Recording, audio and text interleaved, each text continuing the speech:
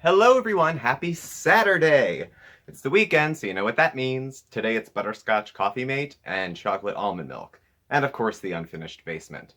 So thank you everyone who commented yesterday on our solicitation of questions for a question and answer video. Actually the response was pretty good. So what we're going to do is break it up into I think 3 videos. And it will be part 1, which is me, today. Part 2 will be just Mark, because we got probably about a dozen questions or so for me.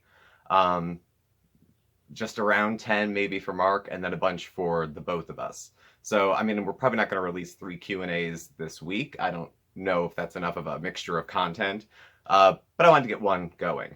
So, just for a heads up, I have no idea how long-winded or quickly this will be, because I can't really pace stories or answering these, so there may be an awkward cut, just a heads up, and that'd be towards, I don't know, the 15-minute mark maybe. And like I said, I left off questions that would apply to both Mark and I, so stay tuned for that. So, in no particular order, let's go. So, number 1, from was to is 7 or less. What is your heritage or ancestry? Oh, I'm an American.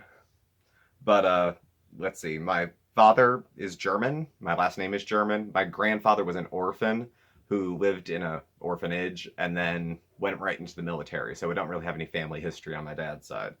My mother is Irish. They traced it back as far as County Mayo. That's all I know pretty much about that. So, number 2, from Ladune. What is your degree from Temple in? I went to Temple University. I have a Bachelor of Arts degree. I graduated cum laude, and my major was communications, and it was interdepartmental.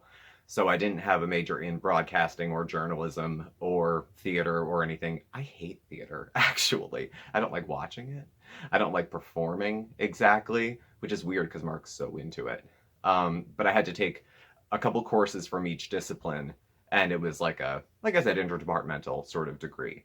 YouTube is probably the closest I've come to using it, to be frank. I was terrified of broadcasting, didn't want to get on camera. I can write a lot. I could fill 3 blue books easily.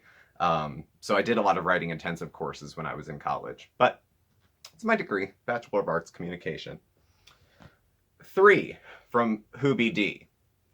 I'm going on an RV road trip across the US. Some of these are so nice. They're just silly. I love it. And I can bring 3 celebrities. Who do I want to join? So this was actually a lot more thought than some of the more deep ones. I would bring Lady Gaga first, because I'm going to be listening to her music the whole time. She might as well be there to sing harmonies. I'm going to bring Jason Momoa, the Aquaman, because, come on, why not? And he can sit on the roof of the RV and tan himself, and someone might need to change a tire. He might be good for conversation too, but I'm not, who cares? And even though she's dead, if she were alive, I would bring B. Arthur, so I have someone to talk to on smoke breaks, and I think she'd just be good for chit-chat. So those are my 3. Number 4, from Jennifer Myers. What would you say is your greatest character strength, and conversely, your biggest weakness? In and around character strengths, I would say probably like forgiveness. Maybe, it's not really a character thing, but like empathy, maybe. I feel for people a little bit, maybe a little bit too much sometimes. I don't forget, but I do forgive. I let stuff kind of, and forgiveness is more for you. I just don't want to hold on to it. But I can take some of the most like morbid, seemingly unforgivable things and just kind of try to put it in context and see it from the side of the other person. And, so that's one of the things I try to do. My worst? Pride, actually. Pride keeps me from admitting when I've done something wrong. It kept me out of treatment for a while. Pride, ego, that kind of thing. From owning up to the fact that I don't know like the answer to a question, from admitting a mistake, from being corrected. It gets in the way of all sorts of stuff. I get my ego bruised easily around pride, especially around like intellectual stuff. Like if I'm corrected about a fact that I believe to be true and it was wrong, oh, devastated. And it's all ego, it's all bullshit. But that's the weakness. All right, number 5, from Sarah Bearhart. I noticed a tattoo on your inner arm. What is it of? Allegedly, it's the Japanese symbol for heart. I got this tattoo when I was 23, and I was drunk on a Tuesday morning, and I found a place that took credit cards. I also got an industrial gauge ear pierce, or not a gauge, the barbell that goes through your ear. I got one of those the same day. I took it out 3 days later. So that's what it allegedly means. Well, I have no idea, but at this point it's on my skin. Whatever. Actually, I have another tattoo on the back of my neck. It's my astrological sign. I'm a Cancer. My birthday's in July. Let's see. Now, Terry and Lisa had like an overlapping question, so I'll answer this together. Terry had asked, what led to my current job? And Lisa had asked, what is your job title at work?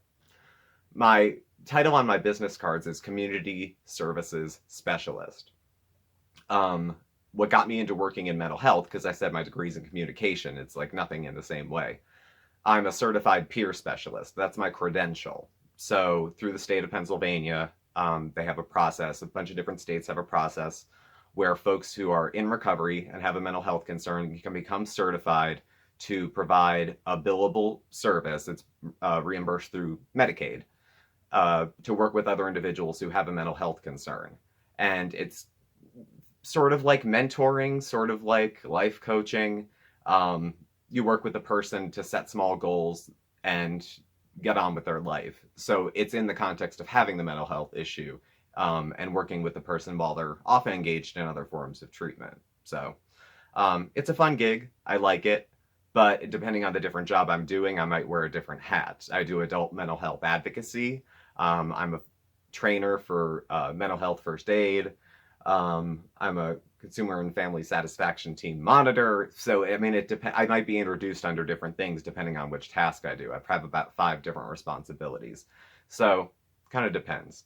What led to it? My life experience, because I was out of the work field out of any sort of career type of thing for about 5 years when I was like drunk and sick and everything. So I was on disability for a couple years, but I was also in the legal system. And the legal system on probation, they wanted me to work or volunteer. And I couldn't work because I had just been approved for disability, and I was not really able to work, I thought at the time, at least not full time and probably not even part. So I went looking for places to volunteer, because if they had to pick it, I was going to be picking trash off the side of the road. Nothing wrong with that, but it's not what I wanted to do. So I knocked on the door of a nonprofit that does mental health work and was looking for volunteer work. And it turned into a job that was done primarily by phone and maybe 1 or 2 days a week, going to different facilities and interviewing people about being satisfied or not satisfied with the mental health or drug and alcohol services they were getting. So that kind of got my foot in the door. I wasn't expecting to get a job the day I went there. It just happened to be one of those right place, right time sort of things. And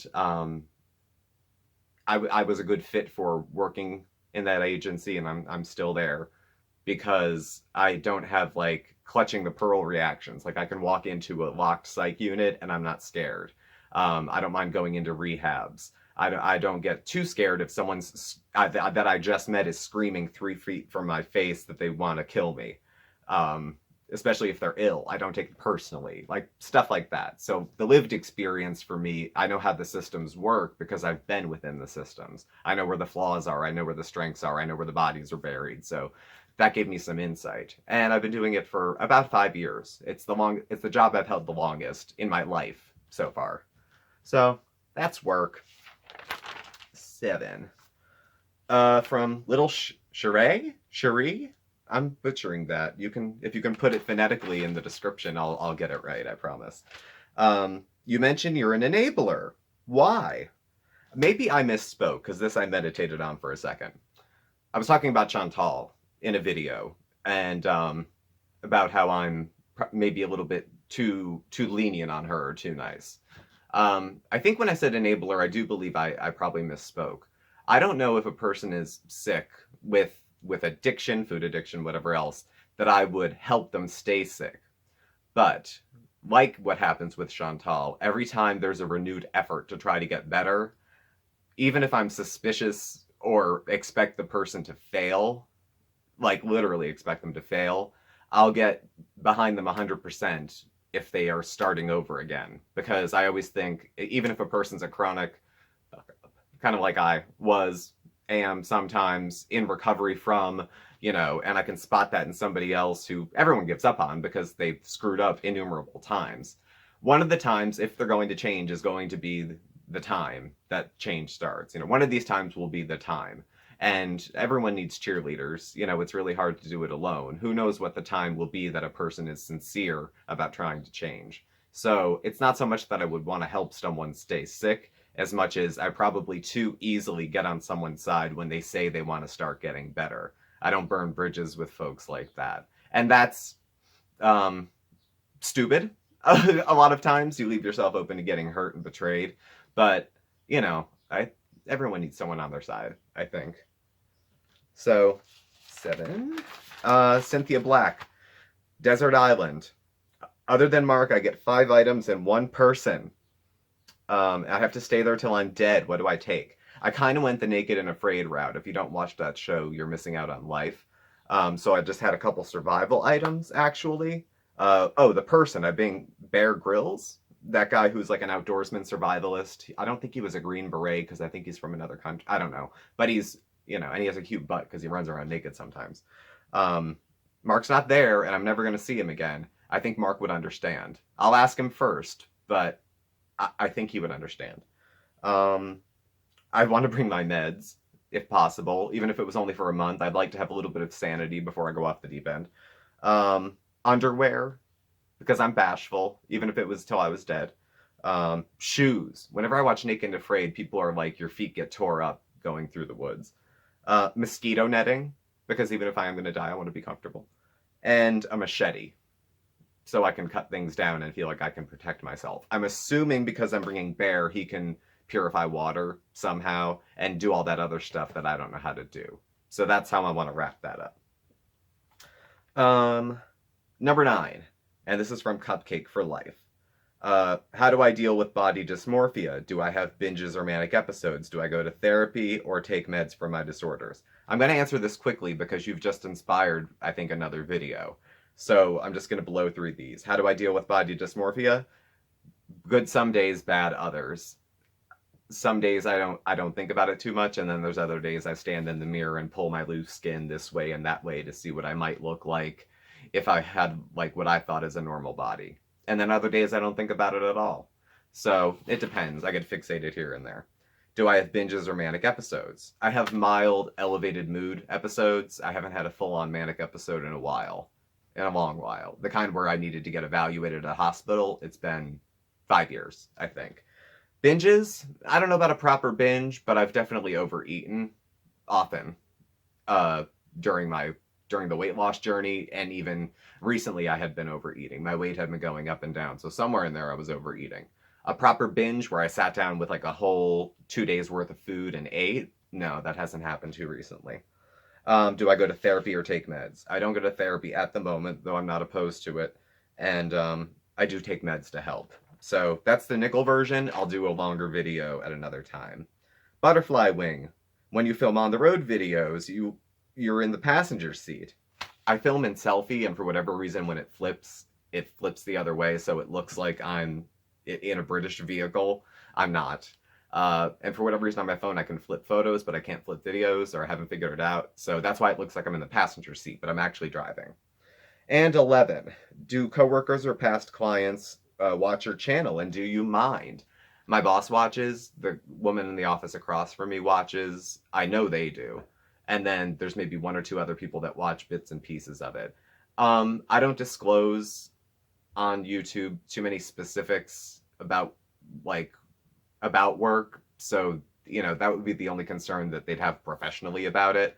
I don't care what they say or see, because again, at work I'm a peer specialist. Part of my job is telling my experiences and sharing those. It's a weird HIPAA line that I walk, because my history with illness is my qualification, so I share that information. So I'm sharing private medical information that I would have the right to keep secret, but keeping it secret means that I have nothing to share. So it's kind of a wild line. But no, they know about it. They watch it. I've never been reprimanded. I've never had one of those someone called the job things. And I think I keep enough of it vague enough, but share in a general way, that people can get an idea of what I do. So that's all I have. So either the camera's off right now and there's a weird cut, or I'm going to wrap it up here. So thank you again. Leave a comment or a question below if you didn't leave one on yesterday's video. Please subscribe. Give us a thumbs up. You can follow Mark and I on Instagram at SmokeySteveAndMarc, or on Facebook at SmokeySteveAndMarc. Hit the bell to get the alerts so you know when a new video is coming. We're good for about one a day. And we will catch up with y'all soon. Happy Saturday. Bye.